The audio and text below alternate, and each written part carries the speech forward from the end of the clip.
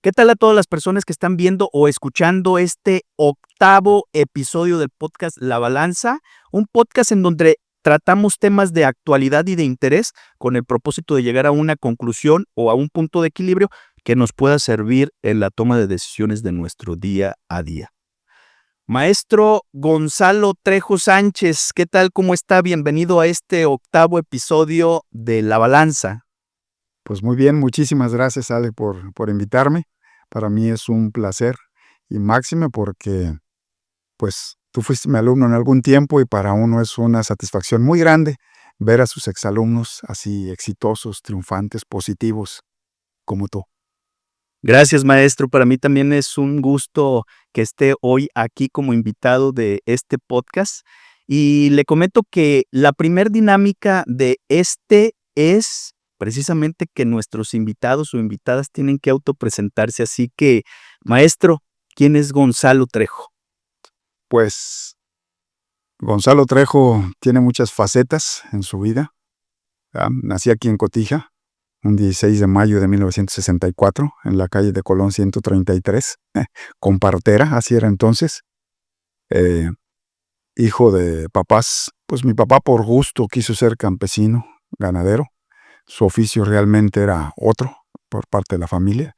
Mi mamá sí, descendiente de campo, nacida en el Varal de los Fresnos. Y por eso también he tenido y sigo teniendo hasta la fecha un acercamiento y un gusto por todo lo que tiene que ver con el campo, con la ganadería y todo eso. Entonces es parte de mi vida, la agricultura y la ganadería. Pero también por decisión propia quise ser profesionista y me gustó la docencia o aprendí a querer la docencia más que nada, ¿verdad? Y pues bueno, terminé un montón de años. Empecé a dar clases por primera vez en 1984 en Zamora, Michoacán, cuando iba a la mitad de mi carrera, todavía no terminaba.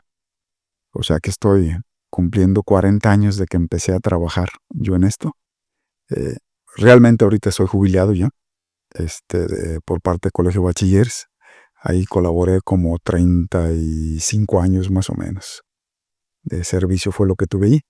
Estoy casado, felizmente casado, 35 años y medio de matrimonio, 8 hijos, 6 profesionistas, uno en vías de ser profesionista y la otra apenas terminando la prepa. Entonces, es parte de un luchador social, me encanta mucho el trabajo y la labor social. Aquí en Cotija pues me ha tocado participar en grupos o en equipos promoviendo distintas obras sociales como el Cerrito Calabazo, el Deportivo, la Casa de la Cultura, el asilo que está ahorita construyéndose, pues me ha tocado de alguna manera contribuir con eso. En el rescate educativo, por ejemplo, el ahorita Centro Educativo José Rubén Romero con preparatoria y secundaria que estuvo a punto de ser cerrado hace como unos 30 años. Sí. Y lo rescatamos y ahí le seguimos peleando y le seguimos metiendo, ¿verdad? Para que pues siga existiendo de alguna manera. Pues es un servicio a la comunidad y de ahí han salido muchísimos profesionistas, ¿verdad? Así como tú de buenos y de exitosos, hijo. Oh, gracias. Ese soy yo hasta ahorita. ¿Verdad? Muy bien, maestro. 40 años de servicio en la docencia. Más o menos. Y yo creo que de entre todos sus exalumnos o estudiantes con quien ha compartido, me imagino que algún día le han preguntado: oiga, maestro, ¿y para qué sirve estudiar historia? Y la primera pregunta que quiero hacerle, maestro, es, fuera de lo que es la cultura general, Ajá. que usted nos puede explicar en la vida cotidiana por qué o para qué sirve estudiar historia. Igual, mira, yo creo que una de las razones fundamentales de esto de la historia, primero, la historia hay que decirle la memoria de la humanidad. Y así como nosotros, como seres humanos, si perdemos la memoria, perdemos el rumbo. Entonces, ¿sí o no? Sí. Me pierdo. Si de pronto me quedo sin memoria, no sé ni cómo ir a mi casa, ni cómo regresar, ni quién es mi familia, ni quién es mi esposa, mis hijos, ¿no? Y históricamente es lo mismo. La historia, la memoria de la humanidad. Si la humanidad pierde el conocimiento de la historia, pierde la memoria y sigue cometiendo los mismos errores. Por eso la máxima aquella, ¿verdad?, de que pueblo que desconoce su historia está condenado a repetirla. Y lo triste es que repita lo negativo, ¿verdad? Si repite lo positivo está bien. Entonces, ¿para qué nos sirve estudiar la historia o por qué es importante la historia? Primero es es cultura, es entender de dónde venimos, conocer el pasado, es comprender lo que está pasando ahorita en el presente. O sea, si yo conozco lo que pasó hace 100, 200, 1000 años, entiendo muchas situaciones que están pasando en el mundo de hoy. O sea, el conflicto, por ejemplo, árabe, judío o Israel-Palestina de ahorita, tiene más o menos antecedentes históricos de hace como 5000 años. Y son rencores viejos de pueblos que tienen una memoria muy fuerte y que no se les olvida ni un ápice de lo que me hiciste hace 5000 años. Y curiosamente son pueblos hermanos, porque descienden de Abraham, de Noé, los mismos, es lo mismo, ¿verdad? Pero entonces, si yo conozco la historia de, mira, estos no se les ha olvidado, no han aprendido a perdonar, ¿verdad? Y así como eso, un montón de cosas. O sea, lo que nos está pasando ahorita en México, esta revolución que estamos viendo ahorita, si analizamos la de ahorita, vamos a ver que tiene un contexto similar al de hace 100 años, al de hace 200 años. Entonces, ¿para qué nos sirve? Pues para eso, entender lo que está pasando. Ahora, una vez que entiendo, pues entonces me puedo proyectar hacia el futuro y decir, esto no está bien, lo cambio. A nivel familiar es lo mismo. O sea, si yo conozco la historia de mis papás, de mis abuelos, si conozco incluso errores que ellos venían arrastrando, entonces voy a entender incluso mi propia vida, ¿ah? Lo que hago, mis impulsos, mis arranques incluso, ¿no? Porque hay cuestiones psicológicas que heredamos de nuestros ancestros. Entonces, pero si yo conozco de dónde viene eso, puedo controlar eso y puedo determinarme de otra manera y me puedo proyectar de otra manera como persona. O sea, por parte de la familia de mi papá, pues a lo mejor no que sea malo, o sea, fue la forma como aprendieron nuestros ancestros a educarse. Y la forma de educar a lo mejor era con la amenaza, con golpes, ¿sí? Hablando recio. El estudio formal, dijéramos, académico, no era muy valorado. Entonces, a mí me sirvió a lo mejor que de muy pequeño salí de Cotija, yo me fui a los 13 años a estudiar a la Ciudad de México, a estudiar la secundaria en un seminario, entonces me dio un panorama de vida diferente. Sí. Entonces, por eso me encanta viajar y hacer que viajen mi familia, mis alumnos, porque también les da un panorama de vida diferente y perspectivas y proyecciones distintas. Entonces, yo cuando regreso, yo vengo con la idea de seguir estudiando. Entonces estoy rompiendo un esquema familiar. Y es mi historia, ¿verdad? Y me tocó, dijéramos, remar contracorriente, pero lo logré. Y no solo eso, o sea, sino que ahora yo con mi familia, o sea, no cambiaría mi historia si repitiera el mismo esquema, ¿verdad? Entonces yo desde chiquito, o sea, le estoy promoviendo que se prepare. Y ahorita te decía, tengo 8 hijos, 6 son profesionistas. Uno está en vías, está estudiando su carrera, y la otra está terminando la prepa y ya preparándose para irse a estudiar una carrera profesional. La constante común de nuestras familias, de nuestro medio, es el norte, al menos de la década de los 70 para acá, Estados Unidos. Curioso, de mis hijos, ninguno tiene interés en ir a Estados Unidos, más que si acaso de visita. Así es. Maestro, hace un momento comentó la frase que es muy escuchada principalmente en la materia de historia. Aquel pueblo que no conoce su historia está condenado a repetirla. Así es. ¿Siempre será una condena repetir la historia? Si se repiten los errores, sí. Yo creo que los aciertos, esos hay que rescatarlos, hay que respetarlos, hay que promoverlos, hay que incluso hacerlos crecer, ¿no? El detalle es eso, que como cuando no conocemos, repetimos esquemas erróneos. Ahorita te decía incluso a nivel familiar. Un amigo, en paz descanse, hace muchos años, el padre Gumercindo Moreno, nos platicaba una anécdota de un alumno, porque él fue el fundador del Instituto Fray Juan de San Miguel de los Reyes, y con una, dijéramos, didáctica bien interesante en su momento, ¿verdad? Que ya después pues, la cambiaron, pero mientras él vivió, trabajó de una manera muy bonita ahí la educación. Y entonces, una vez un alumno lo abordó para quejarse de su papá. Y dice, es que mi papá no me comprende, no me tiene paciencia, me trata mal, es muy rudo para tratarme, me insulta. O sea, todo lo quiere arreglar a gritos y a sombrerazos. Y el padre me dijo, no, pues el consejo que le di fue, pues mira, es tu papá, y como quiera que sea, hay que tenerle paciencia. Él no tuvo la oportunidad que tú tienes ahorita de estudiar, de prepararte, de ver las cosas de otra manera.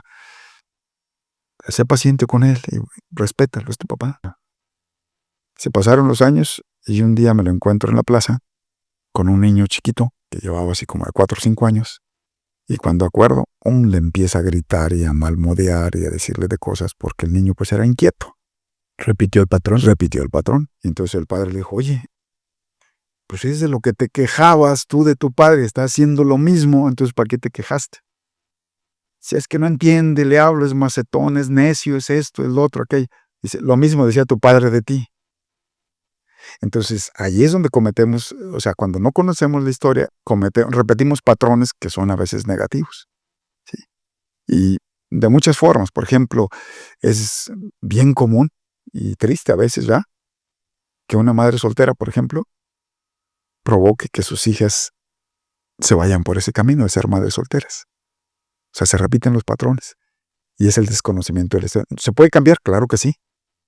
O sea, a mí me ha tocado apoyar a muchas o algunas, dijéramos, exalumnas en ese sentido. Decir, oye, no tienes que repetir esquemas. O sea, tú te quejaste de esto.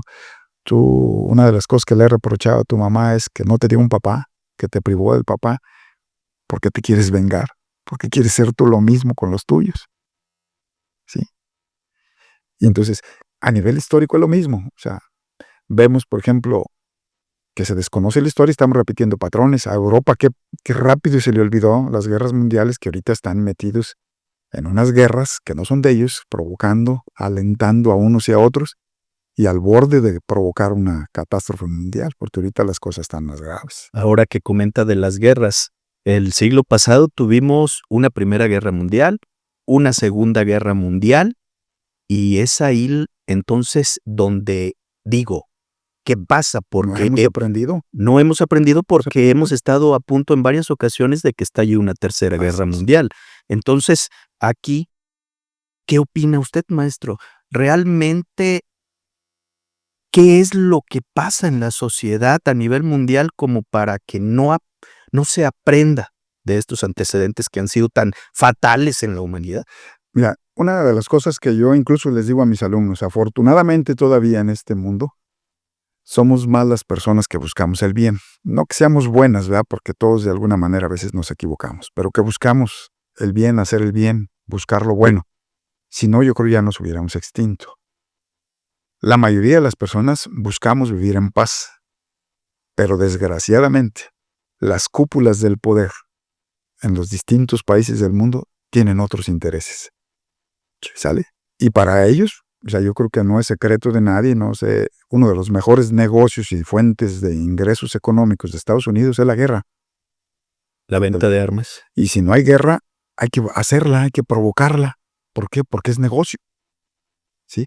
Y así, ahorita dije Estados Unidos, pero es el mismo esquema o el mismo patrón que manejan países como Francia, como el Reino Unido, como la misma OTAN ahorita en su conjunto, mismo Rusia, China, todos son productores y vendedores de armas.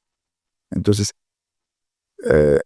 recuerdo una frase del Papa Pablo VI cuando le pidió de favor al presidente Kennedy, fíjate quién. Digo, yo era niño, eso lo vi después, ¿verdad? Sí. No doy para tanto. Pero le pidió de favor, como diciendo, oye, si tú dices que eres cristiano, pues Cristo es promotor de la paz, deja de vender armas, deja de propiciar guerras y de esa manera contribuirse a la paz. Y la respuesta de este dijo, las armas son para usarse y para venderse y son nuestro negocio. Wow. O sea, que se cumplen ahí, por ejemplo, frases bíblicas como aquella de Isaías, ¿verdad? De que este pueblo me honra con los labios, pero su corazón está bien lejos de mí, ¿verdad? Entonces, a veces todos somos buenos para dar buenos consejos, les digo yo a mis alumnos, pero nos hace falta dar buen ejemplo. Y la cúpula del poder de los países, a mí a veces se me hace absurdo cómo a veces un presidente como Barack Obama, por ejemplo, mandaba la guerra a Irak a sus soldados con la bendición de Dios. Y dice, oye, pues es lo que menos quiere Dios. O sea, no tienes ni idea de lo que estás haciendo cuando mandas a la gente a matarse. Y por absurdos, porque al final de cuentas, como dice José Saramago, todas las guerras son para robar. Sí, todas son para robar. a ver qué le roban al vecino o qué tiene de interesante aquel para ver si se lo puedo quitar. Entonces, y no hemos aprendido. ¿Por qué? Porque igual también, a lo mejor ahí sí es donde tenemos nosotros responsabilidad como sociedad civil, que dejamos que lleguen al gobierno personas indeseables, irresponsables, que no les importa para nada el bien común, que no tienen ni idea de lo que es el servicio público. Llegan a enriquecerse, llegan a ver quién friegan, ¿sí? Llegan a encumbrarse, ¿sí? De la forma que sea, ya el título de gobierno que se les quiera dar, democráticos o no, todos llegan a veces desgraciadamente para eso. Son contados aquellos gobernantes, dijéramos, que de verdad se comprometen con lo que dice la teoría de la democracia y de los buenos gobiernos, ¿verdad? El contrato social. El contrato social, de buscar la felicidad de sus gobernados. Son contados los que buscan realmente la felicidad de sus gobernados, ¿verdad? Son contados los que están cercanos al pueblo para ver qué es lo que realmente quiere y necesita la gente, ¿verdad? Sí. Entonces, y ahí está el problema de la guerra. Maestro, retomando nuevamente el tema de la guerra, precisamente cuando estalló la Segunda Guerra Mundial, me voy a referir ahora a México en esa época, 1939-1940. Estaba de presidente el general Lázaro Cárdenas del Río aquí en México, y según varios autores, consideran que de 1940 a 1970, justo al final del sexenio de Gustavo Díaz Ordaz, en ese periodo de 30 años lo consideran como el milagro mexicano. Sí. Que si bien es cierto, la Segunda Guerra Mundial fue fatal en otros países, a México le benefició hasta cierto punto porque dejó de ser importador y se dedicó a producir y a formar instituciones, etcétera, porque otros países estaban ocupados en la Segunda Guerra Mundial. Aquí el detalle es que algunos pensadores también de la época consideran que acaba de iniciar un segundo milagro mexicano, supuestamente del 2018 en adelante. ¿Qué considera usted? ¿Qué opinión tiene al respecto? ¿Cree que sí haya iniciado un segundo milagro mexicano? Pues no sé si llamarle milagro. Lo que sí veo es que estamos en un proceso de transformación muy fuerte. Tú bien lo dijiste, más o menos en la época de Cárdenas. Cárdenas fue un parteaguas en la historia de México. El contexto histórico le ayudó mucho.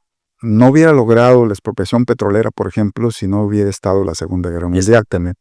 La logró, ¿por qué? Porque Estados Unidos está distraído en otros asuntos y entonces no le conviene echarse un enemigo tan cerquita y con el riesgo de que pudiera ser un aliado en contra de él. Entonces mejor le doy chance, no pasa nada, y que expropie las compañías del Águila y todas las que estaban en aquel tiempo en manos de extranjeros, que las indemnicen, pero lo mantengo como aliado. Además, pues es cuando se crea el programa Bracero, necesito mano de obra que venga a levantar las cosechas del campo porque la mano de obra que yo tenía aquí la tengo ocupada en la guerra. Entonces, y es cuando se abre la puerta al comercio, a la migración mexicana con los primeros contratados hacia ese país. Y sí viene un proceso de desarrollo, lo que se llama el periodo del cardenismo y después el presidencialismo, que tiene una secuencia, ¿verdad?, de la creación de un montón de empresas estatales o paraestatales que le daban trabajo a un montón de mexicanos y que hicieron crecer al país y mantuvieron cierta estabilidad. Después de Díaz Ordaz con Echeverría viene la debacle, dijéramos, y unos relajos fuertes. Ya desde Díaz Ordaz, ¿no?, con el movimiento estudiantil del 68 empezó todo eso. Y los grupos de guerrilleros en Guerrero ahí con Genaro Vázquez Rojas y Lucio Cabañas y todo eso, inconformes ya con los abusos. Y de entonces, dijéramos, hasta acá, pues viene ese proceso, dijéramos, de desorden nacional, de migraciones masivas hacia Estados Unidos de paisanos que aquí lo que hacen ya no les da para vivir y se ven forzados a irse. En su mayoría habrá quienes pues la aventura los llame, ¿no? Pero la inmensa mayoría es porque pues ya lo que hacen aquí no los mantiene. Sí. Entonces se van. Viene esa huida, esa diáspora, dijéramos, mexicana. Ahora, llega ahorita el 2018 con un nuevo proyecto, un proyecto distinto, que incluso muchas gentes de las que lo apoyaron ni siquiera lo asimilaban, porque pensaban que iba a ser un cambio, por ejemplo, como el de Madero, de Porfirio Díaz, o como el de Fox, Sí. que nomás fue cambio de mono, ¿ya? Pero la estructura social permaneció igual. Las estructuras no se movieron. Entonces, cuando llega este señor y empieza a provocar toda esa revolución, que mucha gente aún no la asimila y no la entiende, entonces, pues se ve que sí trae esa idea de hacer un cambio de estructuras desde abajo. Y sobre todo trae un interés por apoyar a lo mejor a los sectores más abandonados, más desprotegidos, a las regiones del país más olvidadas, como es el sureste, ¿ya? Que si te fijas es donde se ha promovido la refinería Dos Bocas, el Tren Maya, el tren interoceánico y un montón, el aeropuerto de Tulum, o sea, muchas obras se fueron para allá, incluso los programas de Sembrando Vida y todo eso, allá es donde han tenido más éxito y apoyo, ¿no? En Oaxaca, toda esa zona, que eran zonas muy, muy olvidadas y marginadas, y con una riqueza natural extraordinaria, y una riqueza humana también, porque al final de cuentas yo creo la principal riqueza o el principal recurso que tiene un país es su gente, ¿verdad? Definitivamente. Entonces, si hay un cambio de estructuras que crean revuelo y revolución, sí. ¿Por qué? Porque ya había cotos de poder que estaban acostumbrados a ciertos privilegios, canonjías, derechos, prerrogativas, a estar incluso por encima de la ley, y que ahorita los tocan y dicen, ¿cómo a mí? No puede ser. Esto no. Porque están perdiendo entradas, ingresos. ¿Sí? Casi todos dejaban algo que hacer. Por ejemplo, ahorita acaban de sacar que el instituto ¿cómo se llama? El de la información. Sí. Pues atrás de él, ¿quién estaba? Peña Nieto, era su negocito. Entonces él se va a vivir a España y él vive de ese instituto. Pero ya se lo acaban de desbaratar, pues entonces va a brincar altísimo, ¿no? No va a estar de acuerdo. Y así cada cual. ¿Sí? En su momento quisieron desmantelar Pemex y entregarlo a extranjeros, pero de pronto resulta que, por ejemplo, Calderón, pues que le entregó un montón de concesiones a Iberdrola y a ¿cuál otro? A Akron y a no sé cuántos más por ahí. Pues resulta que es accionista y socio de esas empresas, entonces estaban haciendo negocio particular con lo que supuestamente es de todos.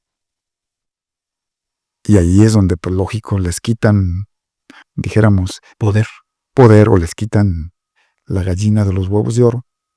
Y entonces, pues van a respingar, no se van a quedar contentos. ¿Sí? Un sistema judicial que es un asco todavía. Porque yo afirmo y digo, y incluso defiendo, que gran parte del desorden que tenemos en nuestro país es por culpa del Poder Judicial, porque es el encargado de impartir justicia, y no imparte justicia. Se apuesta a la venta del mejor postor, de quien más le paga. Y por eso con tristeza vemos que a veces detienen a un delincuente y a los 8 días ya está de regreso porque pagó su fianza, o porque compró el juez. ¿Y quiénes están en la cárcel? Los ignorantes y los que no tienen para comprar la justicia. Que no tienen tristemente pagar una fianza de 3, 4 mil o 5 mil un juez para que declare que su delito, pues simplemente no se ordenó bien el expediente y por lo tanto es improcedente y vas para afuera. Entonces, maestro, ¿considera usted que haya iniciado un segundo milagro mexicano? Pues si quieres llamarle así, ok. Yo lo veo que está una transformación, es una nueva revolución, la veo. ¿Por qué? Porque está tocando estructuras que no pensaban que se fueran a tocar. Muchos pensaban que nada más era, pues ya tiene el gusto de ser presidente, ya le tocó, cambiamos de mono y todo sigue igual. Pero de pronto trastoca todo eso, entonces hay una revolución. Y yo siento igual, pues, o sea, esto pues confunde, crea muchos polos de violencia que tenemos hoy en día. Es parte a lo mejor de esto, pero pues sí tengo la esperanza, así como dicen los refranes, ¿verdad? Después de la noche más oscura viene el amanecer, o después de la tormenta viene la calma. Entonces hay cosas que preocupan a la gente. Nuestro medio, por ejemplo, ha vivido en últimas fechas un montón una diáspora nueva de aquí de Cotija, de gente que se va de aquí a Estados Unidos por cuestiones de violencia, o al menos ese es pretexto, dijéramos, Sí. que se está yendo. Y pues sí, nos vemos así más como solitarios en ciertas épocas. Ahorita pues no se nota tanto porque siempre vinieron algunos, ¿no? Pero en otras épocas se ve esto más tranquilón, las noches más desoladas, no hay tanta vida nocturna en el pueblo, la gente tiene miedo, tiene temorcito. Entonces, y es parte de esa transformación pues que se está dando. Tristemente hay gente que no se hace a la idea de que se pueda vivir sin corrupción, de que se pueda avanzar sin ser tranza. Y a lo mejor son los que están, pues, sobre todo si son poderosos, son los que están sufriendo más con esta transformación.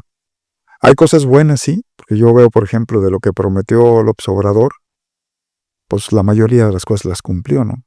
Un aeropuerto, parar otro, un tren Maya, un tren transísmico, el Sembrando Vida, la ayuda a los ancianos, la ayuda a los estudiantes, la creación de escuelas, el Banco de Bienestar. O sea, hay muchas Que cosas le voy a decir algo que fue promoviendo y bueno, las fue logrando. A lo mejor no al 100, pero fue los primeros pasos, vamos a decir, ¿no? Sí, le voy a decir algo que he notado en las carreteras federales, principalmente de aquí de Michoacán. Esas sí no se les dio mantenimiento en todo el sexenio. Entonces, claro, ha habido muchas cosas buenas. También hubo detalles como este de las carreteras que no se les dio mantenimiento. Pero bueno, me gustaría que pasáramos a un tema que precisamente mencionó usted en el momento en que estaba la Segunda Guerra Mundial. Estados Unidos estaba ocupado en esa Segunda Guerra Mundial. Y hay otra frase muy popular en los historiadores, en los licenciados que se dedican al estudio de las ciencias sociales. Dice, pobre México, tan lejos de Dios y tan cerca de Estados Unidos. De Porfirio Díaz, sí. De Porfirio Díaz. ¿Por qué es tan popular esta frase históricamente, maestro?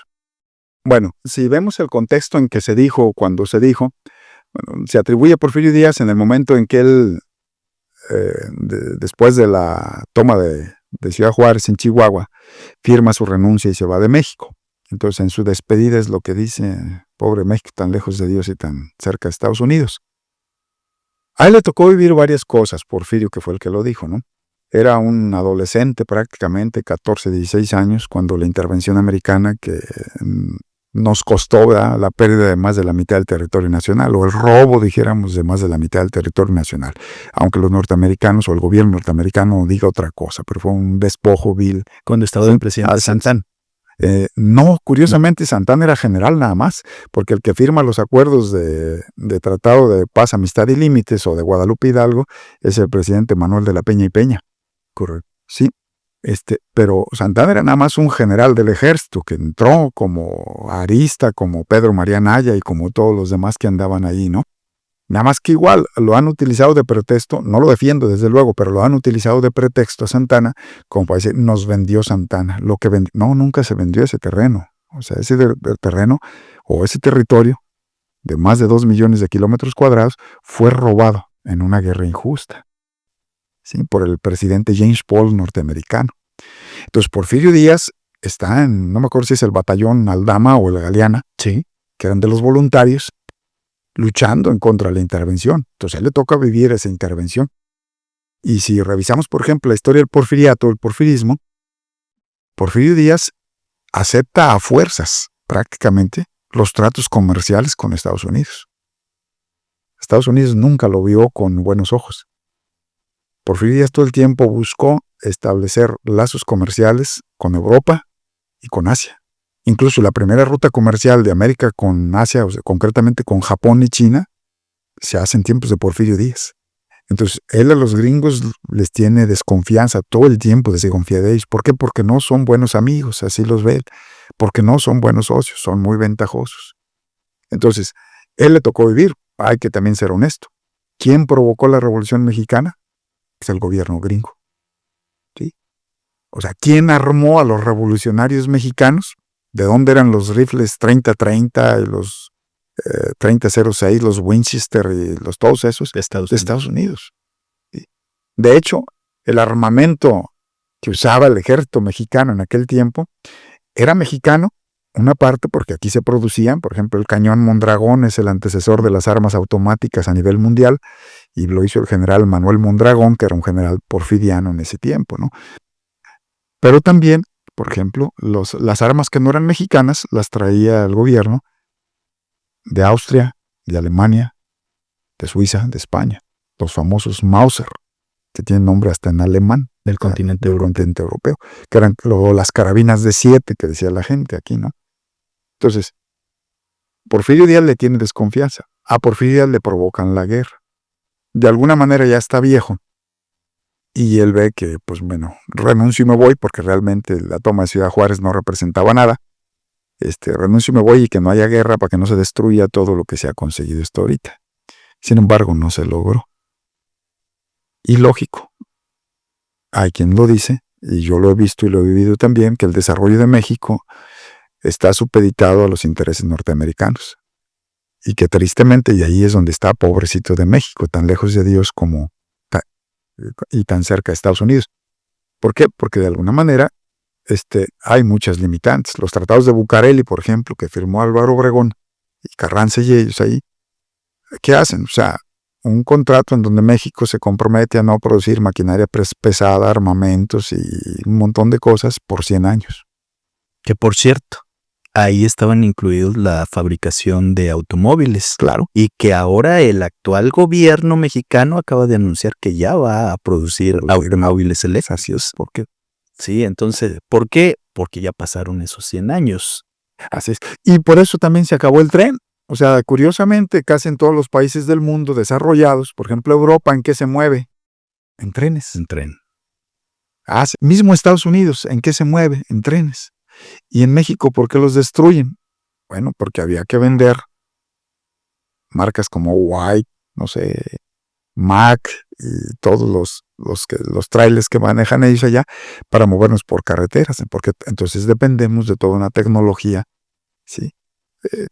En carreteras, en todo eso, ¿no?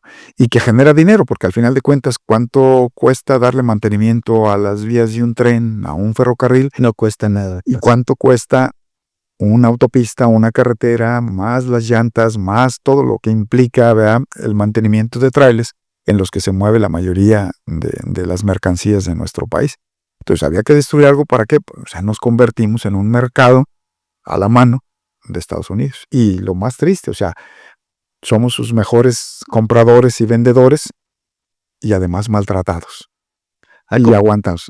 Ha comentado que el desarrollo de México está supeditado a Estados Unidos, a las decisiones de Estados Unidos.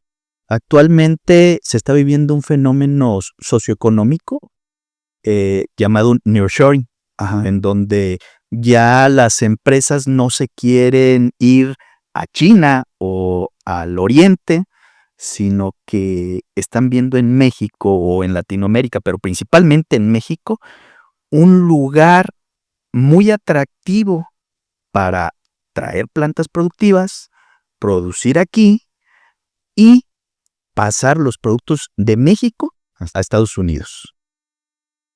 ¿Cómo ve el panorama para México? Es bueno. Igual, hay que ser cautelosos. Digo, de todas maneras, lo que vio Porfirio Díaz en su momento, lo seguimos viendo ahorita. Estados Unidos no es buen amigo. O sea, si se descuidan, se lo friega. Simplemente todavía no toma la presidencia Donald Trump y ya está haciendo amenazas. Sí. ¿Sí? Y voy a convertir a Canadá en un estado más y a México también. Y voy a, ¿qué más? A recuperar el canal de Panamá. Sin embargo, yo he visto pues una determinación de la actual presidenta como diciendo, espérate, no somos tus gatos, pues, ¿verdad? Pones aranceles, también nosotros vamos a poner unos. Sí, claro. Pero en el mismo plan, ¿sí? Deportas gente, ok, acepto la que es mexicana, los que son de otro lado, a ver qué es con ellos, que los reciban en sus países, pero también de aquí deporto los que están ilegales, se van para allá.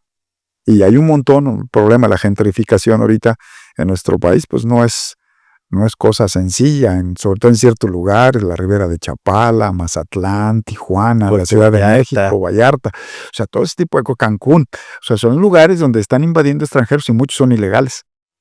Entonces, como diciendo, también de aquí para allá se pueden ir. Tú sabrás. Entonces, sí hay eso.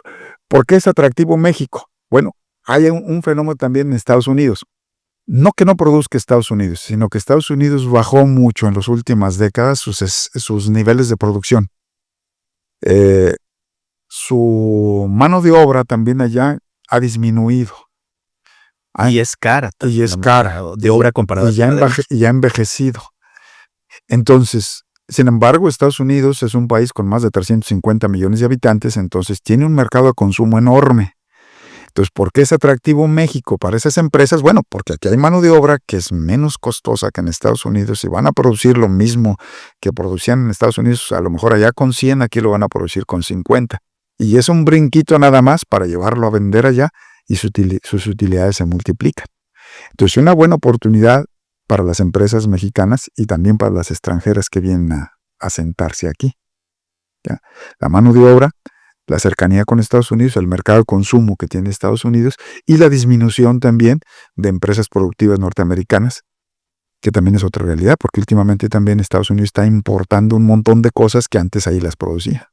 No, y aparte también con el fenómeno o la situación de la pandemia, lo que vino a ocasionar es que Estados Unidos se diera cuenta de que dependía mucho de China en los canales de suministro. Sí. Entonces lo que quiere ahora es no depender tanto.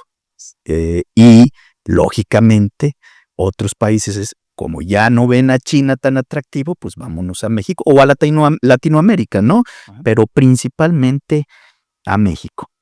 Maestro, recordando, hace un momento también mencionó que me dio clase de Historia de México, Cultura de Michoacán, Sí. etcétera. Buenos tiempos aquellos. Incluso yo siempre lo he dicho, ha sido uno de mis mejores maestros de historia. Gracias, hijo. Una forma de dar clase muy atractiva, porque incluso decíamos, nos contó Gonzalo una charrita, un cuentito. Bueno, incluso también en una ocasión nos recomendó que leyéramos La Revolucioncita Mexicana. Un libro ya no tan, ¿cómo se podría decir? Tan formal. Ajá. Y que de alguna forma atrae más la atención de los estudiantes, ¿sí? Entonces, en aquellos tiempos, recuerdo sus pláticas muy interesantes, sus clases. Mencionaba que los liberales, que los conservadores, que los radicales, y pues en aquellos momentos decía uno, no, pues sí, los conservadores, no, pues sí, los liberales, ¿no? Cosa que en la actualidad estos temas están, pero hasta el tope. Todo mundo escucha que los conservadores y que los liberales. Y son palabras, son términos ya muy usados actualmente. En aquellos tiempos, hace 20 y tantos años, pues los escuchábamos en historia. Ajá. Pero ahora lo escuchamos en el léxico de todas las personas. Y no solo eso, también se menciona en los medios de comunicación, en las redes sociales, que México está polarizado. ¿Usted qué opina? ¿Sí está polarizado México? Pero no es de ahora, ¿eh? A lo mejor esto es de mucho más tiempo, nada más. Aquí han jugado un papel muy interesante los medios de comunicación, que tapan o destapan, difunden u ocultan información o cosas. Pero de alguna manera, digo, mucho antes a mí me tocaba ver casos de clasismo, que es donde se puede, dijéramos, apreciar esa polarización. Tristes, sí, digo. Yo siento y creo y defiendo, ¿verdad?, que lo que últimamente a veces se viene diciendo, no hay razas humanas, la raza humana es una sola. Todos somos iguales, todos tenemos la misma capacidad craneana, los 1300 milímetros cúbicos de capacidad craneana, todos los tenemos en este planeta, en el último rincón del África, en la ciudad más poblada de Estados Unidos, o sea, la capacidad es la misma. Sin embargo, a veces ve uno gente que a lo mejor no ve las cosas de esa manera. A mí, por ejemplo, una vez me llamó la atención en plena Ciudad de México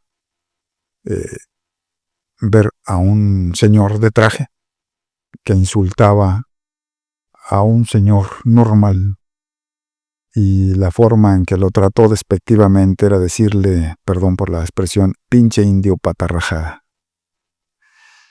Entonces, pero yo los vi a los dos y físicamente eran muy parecidos, nada más uno con traje y otro sin traje. Entonces dices, oye, o sea, ni siquiera somos conscientes de lo que soy, de dónde vengo, lo que ahorita decíamos, ¿verdad? Mi conciencia histórica. O sea, si yo conozco mi pasado, yo sé que tengo antecedentes indígenas. Sí. ¿Sale? ¿Por qué? Bueno, yo en lo particular, porque mi bisabuela Francisca Méndez Amezcua, que era de Jiquilpan, era indígena. ¿Sale? Entonces es mi historia, entonces no puedo despreciar, ¿sí?, mi origen. Exactamente. ¿Sí? Entonces, pero esa polarización es muy vieja. Y a lo mejor a ti te tocó vivirla de niño, como a mí, ¿verdad? Que de pronto, o sea, se despreciaba a ciertas personas, a cierto grupo, a veces por el color, por cuestiones económicas, por cuestiones culturales. Entonces andaba etiquetando a las personas. ¿Sí? Yo, por ejemplo, en lo personal, pues lógico, pues mi mamá, pues sí, ok, venía de la sierra, era una mujer muy, muy blanca, era rubia prácticamente, de ojo azul, pero era del rancho. Entonces, acá abajo hubo incluso de la misma familia de mi papá, quien la menospreciaba por ser ranchera, barbaján, esto, lo otro. ¿Sabes? Entonces, esa polarización es vieja, pues, y se da en todo nuestro país, desgraciadamente. ¿Habrá quienes no? Claro que sí. Yo, por ejemplo, yo estoy en contra de eso. Y una de mis, por ejemplo, de mis luchas a veces en el salón de clases, el tratar a todos de manera igual y con la misma dignidad. O sea, porque lo valioso de una persona, como decía Morelos, está en la virtud o el vicio, no en el aspecto físico, que nadie lo escogimos. Así nos tocó nacer. ¿Ya? Yo a veces lo que les hago también mucho hincapié a mis alumnos, o sea, lo que traemos por fuera, el físico, no lo elegimos. Lo que sí elegimos es lo que le metamos a esta cabecita y este corazón, cómo actúa. Eso es lo que nos va a hacer grandes personas, buenas personas o malas personas. Entonces, el clasismo es eso. Pues es un error, yo lo veo como un error humano, donde alguien, o la polarización, donde alguien se siente superior a los demás. Y como se siente superior, entonces piensa que tiene derecho de faltar al respeto, de insultar, de ponerle etiquetas, de menospreciar, y en algunos casos extremos, las guerras así son, de incluso aniquilar, exterminar grupos, lo que ahorita, por ejemplo, está pasando en Palestina, ¿no? Con un sector de la población, que hay un grupo, ¿verdad?, que dice, esos no merecen vivir y hay que exterminarlos. Y entonces la polarización pues es algo ni siquiera exclusivo de México, lo vemos a nivel mundial, tristemente. ¿Ah? Si va la gente, los paisanos que van a Estados Unidos, ¿de qué se quejan a veces? Del racismo, ¿va? Solo es de una forma, es polarizado, está polarizado también aquel país. En este caso se menciona mucho en los medios de comunicación, sí, que está polarizado, pero como bien dice usted, esta polarización no es reciente. Ajá. Esta polarización viene de mucho tiempo atrás. Sí. ¿Perjudica que haya esta supuesta polarización? Desde luego que sí. O sea, habrá quien, dijéramos, cuando adquiere una madurez, y si alguien me dice algo en términos despectivos, pues a lo mejor yo lo considero, ¿no? Digo, pobrecillo, no sé qué cantidad de traumas, frustraciones, complejos viene arrastrando, ¿verdad? Que descarga todo eso que trae adentro de una manera negativa en contra de un semejante. Pero hay la libertad, ¿verdad?, de decir, pues acepto, no acepto la basura que me estás echando. Entonces, pero hay quien a lo mejor no tiene esa madurez y se hace daño. ¿Por qué? Porque pues, eso provoca violencia. Que a alguien que lo humillan, que lo insultan, que le faltan al respeto, que lo sobajan, que lo menosprecian, pues puede reaccionar de manera agresiva. Entonces, sí es problemático. Vamos a entrar a un tema. Yo siempre he dicho que no quiero tratar temas políticos ni religiosos en los episodios del podcast. Aún no. No se trata de esto. Pero sí está relacionado este tema con las ciencias sociales y con la historia. Uh-huh. Y recuerdo que también cuando teníamos estas clases de historia, pues se hablaba que la izquierda, que el centro, que la derecha. Yeah. Y en México pues han gobernado principalmente en el siglo pasado el centro, después la derecha, parte ya de este siglo XXI siguió gobernando la derecha, pero ahora tenemos un gobierno de izquierda. Se llama de izquierda, se dice. Ellos dicen que son de izquierda, Sí, así ¿sí? es. Mi pregunta es, maestro, y yo creo que gran parte de la audiencia le gustaría saber cuál es su opinión, qué concepto tiene sobre qué es la izquierda y qué es la derecha, qué es el centro, de una manera que la podamos entender todo. Fácil. Ok, yo creo que mucho de esto nos ayuda a volver la vista a los orígenes. El término de derecha-izquierda surge en la antesala de la Revolución Francesa, cuando el rey Luis XVI reunió a los estados o estamentos generales para ver cómo le hacía para salir de los aprietos en que se había metido en Francia, ¿no? Por excesos de lujos, de dilapidación de dinero, de guerras y todo eso, donde tiró dinero que dio lástima, ¿no? Apoyando incluso guerras que no eran de ellos, ¿no? Porque, por ejemplo, gastaron dinero en la independencia de Estados Unidos, de allá le metieron lana a los franceses, entonces se quedan sin recursos, entonces buscan con sus asesores, Turgot, Necker, algunos de ellos, le dicen, ¿qué hacemos? Dice, pues, junta los estamentos. Ves que hace como 300 años que ni se nos acordamos de ellos, pues hazlo de nuevo. Entonces, si los tres estados generales o estamentos era la nobleza, el clero y el estado llano o tercer estado. La nobleza y el clero, pues eran grupos privilegiados. Sí, eran los que tenían el poder. Y el estado llano, supuestamente, eran los representantes populares. Y en la sala de reuniones, de ahí surge el término. El clero y la nobleza estaban a la derecha y el estado llano o tercer estado a la izquierda. Y entonces ahí sale el término. ¿Quiénes eran los de la izquierda? Los representantes del pueblo. ¿Sí? Esos eran los de la izquierda. ¿Quiénes eran los de la derecha? Los representantes del rey y de los altos jerarcos de la iglesia. Porque en el estado llano pues estaban obreros, campesinos, profesionistas, pequeños comerciantes, pequeños artesanos o industriales, y el bajo clero.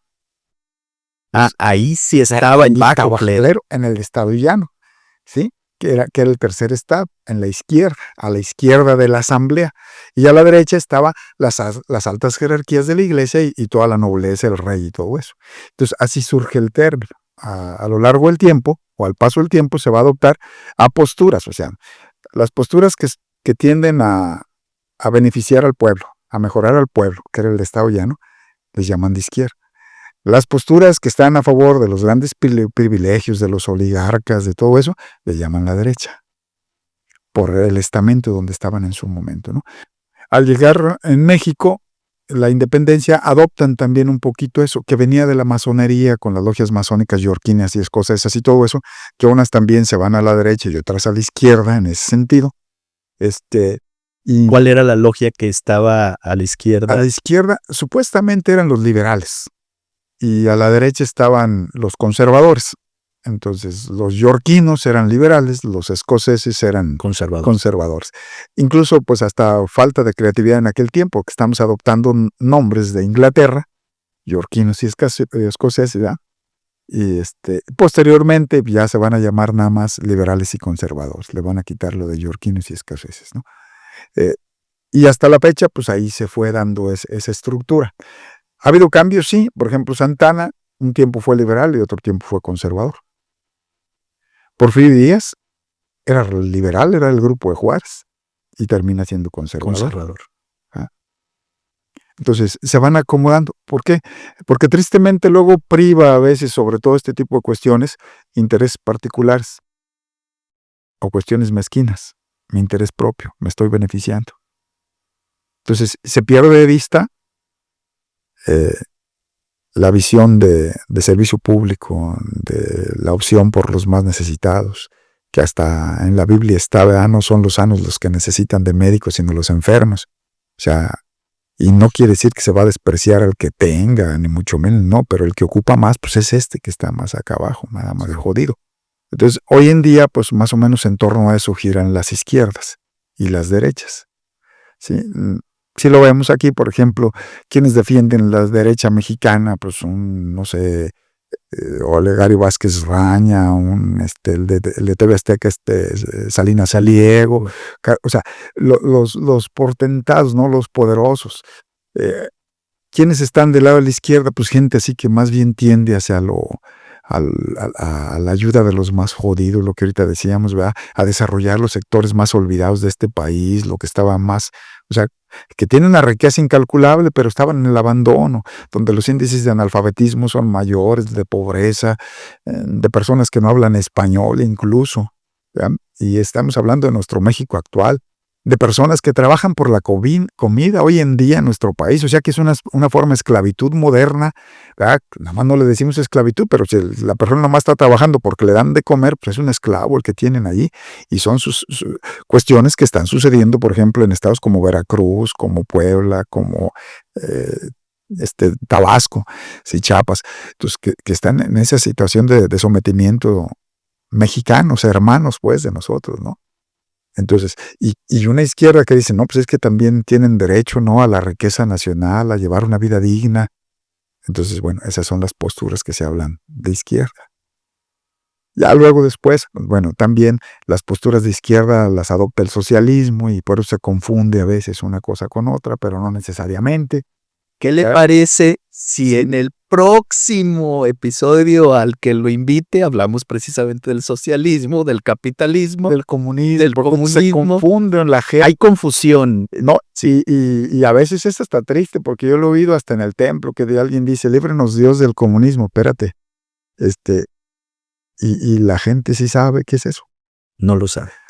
O cuántos tipos de comunismos hay, porque una cosa es el comunismo marxista, que realmente no es más que una teoría, sí. Y otro el comunismo primitivo, que todavía subsiste en algunos lugares, y podemos hablar de un comunismo doméstico que existe en nuestros días, ¿no? Pero como tú dices, lo dejamos. Los platicamos para otro episodio, porque realmente tenemos mucho todavía de qué hablar, ¿sí?